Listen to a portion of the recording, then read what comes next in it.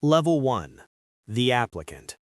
You're sitting in a federal building somewhere in the Midwest, the air smelling of industrial carpet and old coffee. Your hands shake as you sign the documents that function as a death warrant for your past. Everything you've ever been, everyone you've ever loved, it's being incinerated with the stroke of a pen. The U.S. Marshals across the table are stone-faced. They've presided over hundreds of these funerals. You didn't choose this. Nobody chooses witness protection. You choose testifying. This is just the fallout, the reality of being a problem that 17 murders worth of a crime boss needs to solve. Inspector Chen, a woman with 20 years of seeing people break, watches you. She tells you the rules like she's reading a eulogy. No mother, no best friend, no fiancé, no digital footprint. They build you a new skin, a dental technician from Philadelphia. They choose ordinary because ordinary is a shield. Ordinary keeps you breathing. But it's the dog that breaks you. Not the career or the apartment, but the dog. Chen explains that animals are recognizable traces in a database of a vanished life. As she slides a box of tissues across the table, you realize the hardest part isn't leaving your old life. It's knowing your old life is going on without you, and you're the only one who knows you're not actually dead. Level 2. The relocation. They move you at 3 a.m., the hour of ghosts. Two marshals pick you up in a sedan so nondescript it practically disappears into the pavement.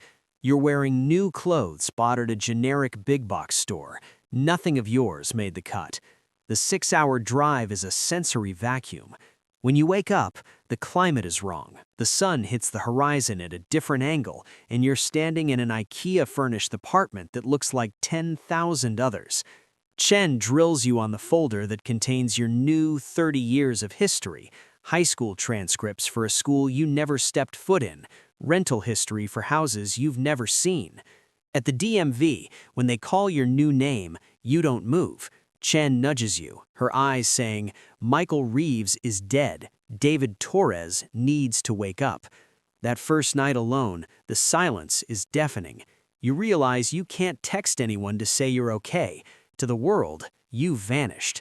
You spend the night writing David Torres over and over until the signature doesn't feel like a lie.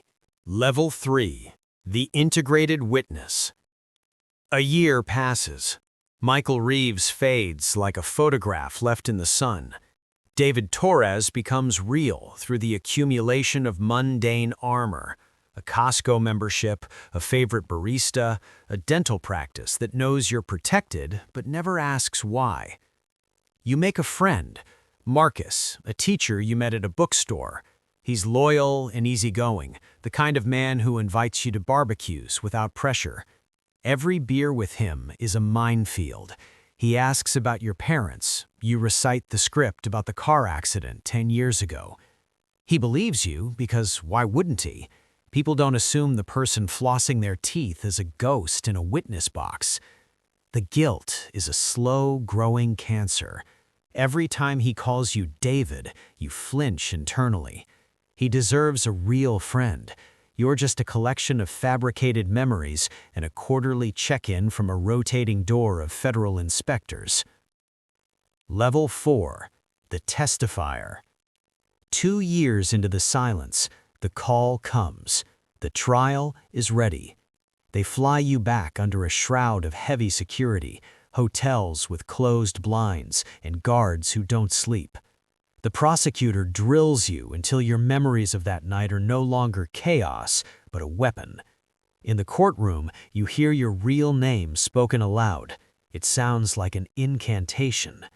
You look 20 feet away at the men who destroyed your life.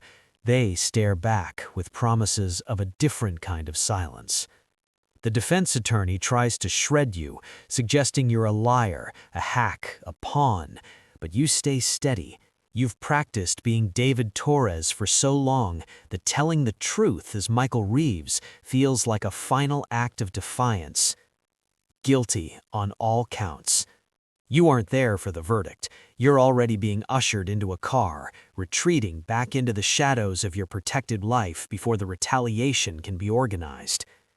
Justice was served, but you feel no triumph, only the weight of the mask settling back onto your face. Level 5. The Permanent Ghost. The conviction doesn't end the threat, it only makes it generational. The marshals recommend you stay David Torres forever. You agree because the alternative is a gamble you can't afford to lose. You build a life from the scraps. You get promoted. You adopt a new dog who doesn't know your old name. You watch your niece grow up through anonymous Facebook browsers on public library computers. You never log in. You never leave a trace. You're a satellite orbiting a planet you can never land on. 3 years ago, your mother died. You found out 6 months late through an online obituary. You couldn't go to the funeral. You couldn't send flowers. You couldn't say goodbye. That is the cost they don't put in the brochure. You don't just lose your name, you lose the right to mourn the people who gave it to you. Some mornings you wake up with vertigo, forgetting which man you are, until the dog licks your hand and reminds you that David Torres has a life that requires living. Level 6. The Mathematics of Erasure. 17 years. You're approaching 50 now. David Torres has existed longer than Michael Reeves ever did. The borrowed identity has outlasted the original. The crime family is gone, dead in prison or turned into witnesses themselves. The marshals tell you that you could leave, you could go back, you could be Michael again. You consider it for a single afternoon.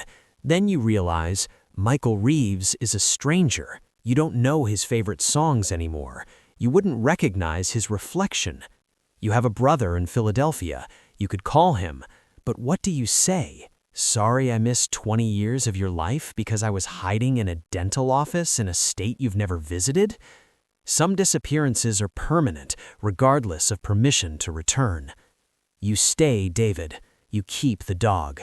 You keep the small, quiet life you built from nothing.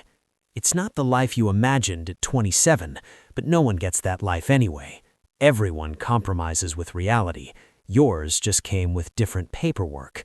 You are a statistic in a database, proof that the system works, proof that you can lose everything and still wake up and walk the dog. Michael Reeves is frozen at 27 in your dreams, a photograph of a man who never got to be.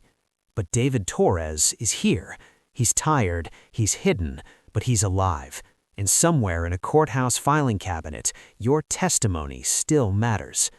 That has to be enough.